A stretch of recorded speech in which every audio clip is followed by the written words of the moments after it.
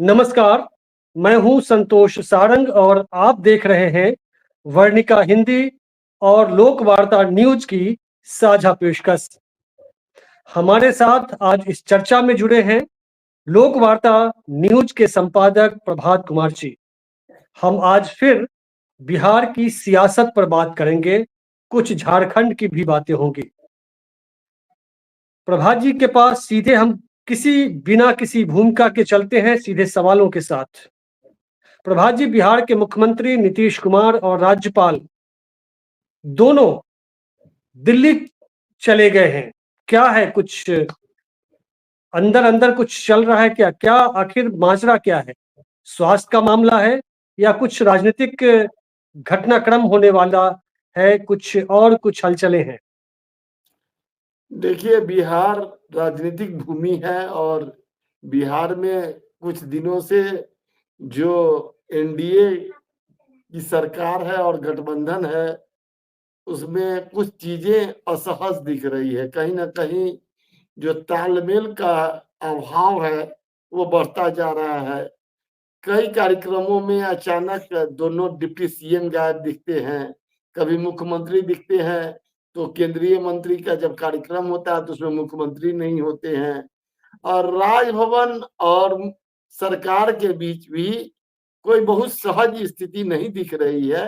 वैसे मुख्य रूप से जो चर्चा है, जो हमको जानकारी मिली है, उसके अनुसार मेडिकल टूर पर गए हैं नीतीश कुमार, उनको कोई चेकअप कराना है। लेकिन जिस तरह से वहां संजय झा पहुंचे हैं, सरजू राय जो झारखंड के कद्दावर नेता हैं, उन्होंने रघुवर दास जो वहां के सीएम थे उनको हराया था पिछली बार 2019 के चुनाव में, वह भी दिल्ली पहुंच गए हैं। तो कहीं ना कहीं यह मामला झारखंड के राजनीति और सीट शेयरिंग से भी जुड़ता हुआ दिख रहा है। और जो हेमंत बिस्वा जो सीएम के हैं असम के और झारखंड के बीजेपी के प्रभारी हैं, उन्होंने अपने कुछ बयान से लोजपा और जदयू दोनों को कुछ असहज किया है। हेमंत उसमें विश्व शर्मा ने। हाँ जी, वो 81 सीट है झारखंड में, और उन्होंने जो कहा है उसके अनुसार 11 सीटों पर जो अखिल झारखंड यूनियन है, आजसू जिसको कहते हैं, और जिसके अध्यक्ष सुरेश महतो हैं, जो डिप्टी सीएम भी वहां रहे हैं, वो है, तो उनको 11 सीट देने की बात उन्होंने कही है। और 70 सीट पर उन्होंने कहा है कि बीजेपी लड़ेगी। तो ऐसी स्थिति में लोजपा या जदयू के लिए सीट कहां बचती है?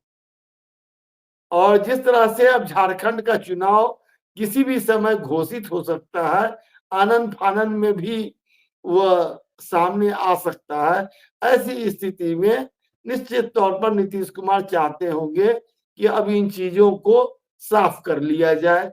ये कि मुझे चुनाव लड़ना है नहीं लड़ना है, क्या करना है, उनका मध्यावधि चुनाव को लेकर भी दबाव है। बिहार में भी जो सीट शेयरिंग को लेकर किचकिच चल रहा है, जिस तरह की बात है, आज की तारीख में नीतीश कुमार के साथ कोई पार्टनर नहीं है। सारे जो एनडीए के पार्टनर हैं, चाहे मांझी जी हो, चाहे वो चिराग पासवान हो, चाहे उपेंद्र कुशवाहा हो, ये सारे के सारे पार्टनर बीजेपी के साथ है। अगर मुकेश सहनी भी आते हैं तो वो भी बीजेपी के साथ जाएंगे।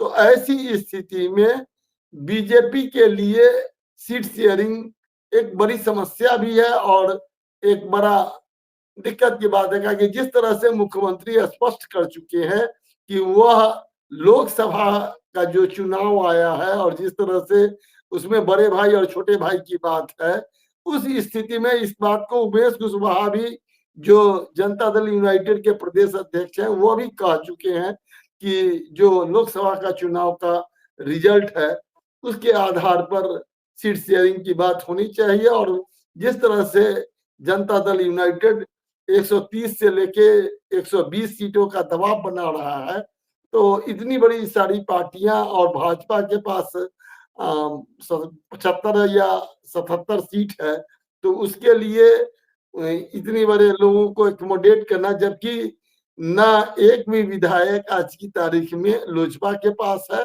ना हम पार्टी के पास है, और न उपेंद्र कुशवाहा जी की पार्टी के पास है। इनके विधायक कोई नहीं है।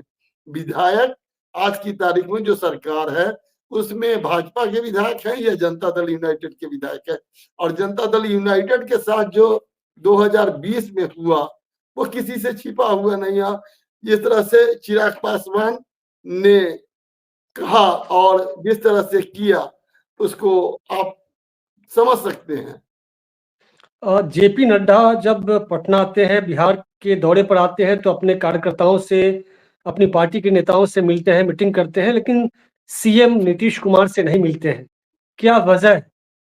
क्या देखते हैं आप इसमें? नहीं, पिछली बार तो वो 2 बार मुख्यमंत्री से आए थे तो मिले थे। यह पहला मौका है जब जेपी नड्डा बिहार आए और चुपचाप कुछ घंटे अपने पार्टी वर्करों के साथ बैठक की और वापस लौट गए। और सदस्यता, लोग बताया कि सदस्यता अभियान जो बिहार में बहुत सुस्त गति से बीजेपी का चल रहा है उसी की समय, लेकिन उन्होंने एक बात कही जिसमें अपने कार्यकर्ताओं के साथ बैठक में, कि कंधा नीचा ऊंचा करने का जो मामला आया, कि कंधा नीचा करके नहीं रखना है। माने कहीं ना कहीं से जिस तरह से बराबरी और अपनी माने कार्यकर्ताओं का हौसला बुलंद करते हुए उन्होंने जिस तरह की बात संकेत दिए हैं, उससे साफ है कि बीजेपी जो बार्गेनिंग स्थिति है उसमें कहीं कमजोर नहीं पड़ना चाहती है। वो अपने कार्यकर्ताओं को बताना चाह रहे थे कि हम किसी भी शर्त में नीतीश कुमार के दबाव में हम नहीं आने वाले हैं। जी, एक तरफ जदयू के राष्ट्रीय महासचिव मनीष वर्मा घूम रहे हैं, यात्रा कर रहे हैं। मुजफ्फरपुर से उन्होंने अपनी यात्रा की शुरुआत की, कार्यकर्ता समागम कर रहे हैं। और दूसरी ओर एनडीए के एक पार्टनर उपेंद्र कुशवाहा भी घूम रहे हैं, उनके बयान भी आ रहे हैं। तो क्या देखते हैं इन दोनों नेताओं की यात्रा को, इन दोनों नेताओं के बयान को, या बाकी चीजों को कैसे देखते हैं आप? देखिए, जहां तक सवाल है, उपेंद्र कुशवाहा जनता दल यूनाइटेड और समता पार्टी के फाउंडर्स में रहे हैं। और समता पार्टी और जनता दल यूनाइटेड की नींव में अगर 2 बड़ी जातियां या 2 बड़ा कॉम्बिनेशन अगर कहा जाए तो जो बिहार में रहा है वो बड़ा स्पष्ट है। वो कॉम्बिनेशन कोयरी और कुर्मी का रहा है, इससे कोई इनकार नहीं कर सकता है। और उसमें भूमिहारों की भागीदारी, कुछ अति पिछड़ों की भागीदारी, कुछ ही मात्रा में अल्पसंख्यक और दलित की भागीदारी भी रही है, इससे कोई इनकार नहीं कर सकता। तो जिस तरह से दोनों, एक तरफ अगर आप देखिए तो मनीष वर्मा कुर्मी जाति से आने वाले, और वो जिस तरह से आरसीपी एक वरिष्ठ आईएएस अधिकारी थे और राजनीति में आए, उसी तरह से मनीष वर्मा का राजनीति में आगमन हुआ है। और उन्होंने जो अपने कंधे पर इस पार्टी को पूरे राज्य में मजबूत करने का जिम्मा लिया है, और उनका जिस तरह से कह रहे हैं कि हम 50 साल में तक इस पार्टी को बिहार और देश की एक बड़ी पार्टी और मजबूत पार्टी बनाना चाहते हैं, और इसके लिए युवाओं और महिलाओं से वो अपील कर रहे हैं। वो कार्यकर्ता समागम में समता पार्टी के पुराने लोगों को खोज के मिल रहे हैं, उनका सम्मान कर रहे हैं, उनके घर जा रहे हैं। और एक और आपको बड़ी बात बता दें कि जो जनता दल यूनाइटेड के लोग थे, उनको एक बड़ी शिकायत होती थी कि एक दरोगा, एक थानेदार, एक बीडीओ, एक सीओ हम लोगों की बात नहीं सुनना चाहते, माने हमारी शिकायत नहीं सुनते, हम जनता का कैसे काम करें। जनता की शिकायत की एक एफआईआर दर्ज कराने के लिए भी हमको माने बड़े दरबार की दौड़ लगानी पड़ती है, बड़े अधिकारियों के पास जाना होता है, और बड़े अधिकारी भी सीधा सीधा माने एक अन्य मार्ग की ही बात करके उनको तरजीह नहीं देते। तो उन्होंने जिस तरह से वो बैठक की है अधिकारियों के साथ, जिसमें एसपी, डीएम, एसडीओ, डीएसपी तमाम लोग थे और प्रखंड के अध्यक्ष के साथ उनकी बैठक हुई है। जिला के जो कार्यकारिणी के लोग थे या महानगर के अध्यक्ष थे, उनके साथ बैठक हुई। तो कहीं ना कहीं से सरकार और पार्टी दोनों के बीच एक समन्वय स्थापित करने की भी कोशिश की गई है कि जो लोगों की शिकायत है, जो पार्टी वर्करों की शिकायत है, उसको भी दूर किया जाए। और मनीष वर्मा को लेकर जो भ्रम फैलाया जा रहा है, जो कहा जा रहा है कि मनीष वर्मा को माने अगर टोकन रूप में अगर कोई ले रहा है, तो हमको लगता है कि ये भूल है, क्योंकि उनके कहने पर एमपी आ रहे हैं उनके बैठक में, एमएलए आ रहे हैं, पार्टी के संगठन के तमाम लोग आ रहे हैं। तो इसको बिना नीतीश कुमार की मर्जी और उनके इजाजत के बिना इसको नहीं माना जा सकता है। कहीं ना कहीं जी। उसमें इनका सह है, भले ही राष्ट्रीय अध्यक्ष या प्रदेश अध्यक्ष इसको जिस रूप में देखते हो। अब मैं शिक्षा विभाग और राजभवन की बात मैं करना चाहता हूँ। शिक्षा विभाग, खासकर उच्च शिक्षा विभाग और राजभवन के बीच में टकराव की स्थिति रही है पिछले दिनों। क्या अब भी वो टकराव की स्थिति है? चूंकि जिस तरह से वीसी बिहार विश्वविद्यालय हो या बिहार के तमाम विश्वविद्यालय, उसमें कुलपति की जो नियुक्ति हुई और जिस तरह से की गई है, और फिर आरक्षण रोस्टर को, जैसे बिहार विश्वविद्यालय में के कुछ मामले सामने आए हैं जिसमें आरक्षण रोस्टर को फॉलो किए बिना जनरल कैटेगरी के गेस्ट फैकल्टीज की पुनर्बहाली की गई और जो आरक्षित श्रेणी के जो कैंडिडेट थे उनको बाहर कर दिया गया। ये मुद्दा भी अभी मनीष वर्मा जी के सामने आया। तो क्या है ये पूरा मामला क्या है, कैसे देखते हैं? क्या वीसी की नियुक्ति और को लेकर के और राजभवन और शिक्षा विभाग के बीच जो कुछ चल रहा है उसको आप कैसे देखते हैं? देखिए, वीसी की नियुक्ति में जिस तरह से राजभवन का सीधा सीधा अब दिख रहा है प्रभाव, मुख्यमंत्री इसमें कमजोर दिख रहे हैं। कहीं ना कहीं से जो सरकार के तरफ से जो पहले स्थिति थी वह स्थिति नहीं दिख रही है। और हम अगर कहें कि वीसी की नियुक्ति में अगर ये बात अगर कहा जाए कि भारतीय जनता पार्टी और संघ का एक बड़ा दबदबा दिख रहा है और उसके कारण कई स्थितियां पैदा हो रही है। जो बिहार में जो सरकार है उसमें जो सामाजिक न्याय को लेकर कमिटमेंट है या सोशल समता मूलक समाज की बात है, उसमें उस कमिटमेंट में भी कमी दिख रही है जो आप शायद नहीं कह पा रहे हैं।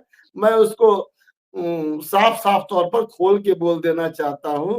और जो लोग आ रहे हैं, जिस तरह से हम विश्वविद्यालय जाते हैं, बिहार विश्वविद्यालय, BRA अम्बेडकर विश्वविद्यालय के जो वर्तमान वीसी हैं उनको लेकर भी जो शिकायतें मिल रही है, जिस तरह की बातें हो रही है, जिस तरह से उनके एरोगेंसी की चर्चा होती है, जिस तरह से वहां रोस्टर का मामला उठता है, जिस तरह के बहुत सारी बातें हो रही है और ये पूरे बिहार में हो रही है। जब मुजफ्फरपुर में हो रही है तो बिहार में भी हो रही है।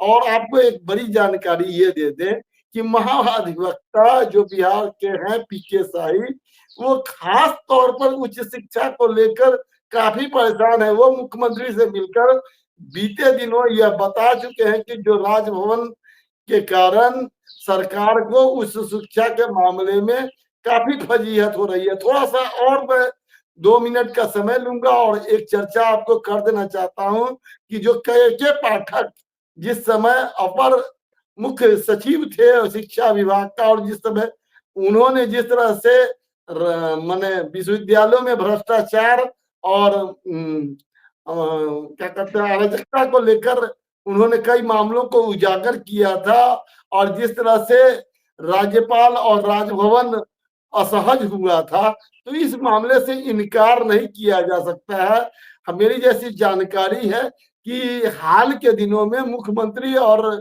राज्यपाल के बीच कोई मुलाकात भी नहीं हुई है। थोड़ी असहजता हमको जरूर दिखती है। जी। प्रशांत किशोर उर्फ पीके पांडे बनाम 4S का मुद्दा क्या है इसमें? देखिए, प्रशांत किशोर 4S नहीं 3S की बात कर रहे हैं, जिसमें शराब है और सर्वे है और स्मार्ट मीटर है। ये 3 मामला है और अच्छा, कुछ 3S है ना?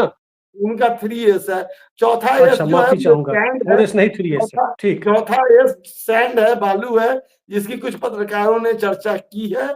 और 4S की बात जो आपके जुबान से आ रही है वह भी बात कहीं ना कहीं बना सही हुआ है। है, सही है मीडिया के पैटर्न पर। लेकिन मैं तो कहूंगा कि 5S 5S इसलिए कि स्मैक की भी हालत देखिए तो विश्वविद्यालय से लेके गांव गंवाई समाज में जब आप जाते होंगे, आप ग्रामीण प्रदेश के लोग हैं, आपको शिकायतें मिलती होंगी कि जिस तरह से युवा और तरुण पीढ़ी बिहार का स्मैक के पीछे भाग रहा है और जिस तरह से सिगरेट में स्मैक भर के या स्मैक के साथ सेवन और जो भी नशीले पदार्थ गांजा हैं, गांजा भी भरते हैं। हाँ, ये जो इसका जो बहुत तेजी से ग्रामीण इलाकों में भरा है और इसके कारण आप देखिएगा जो हाई स्कूल है, जो विश्वविद्यालय है, उसमें जो युवा पीढ़ी शिक्षा के तरफ आकर्षित थी, वो कहीं ना कहीं उनका मूवमेंट अब दूसरे तरफ हो रहा है। भले ही सरकार, पुलिस प्रशासन इसको नजरअंदाज कर रहा है।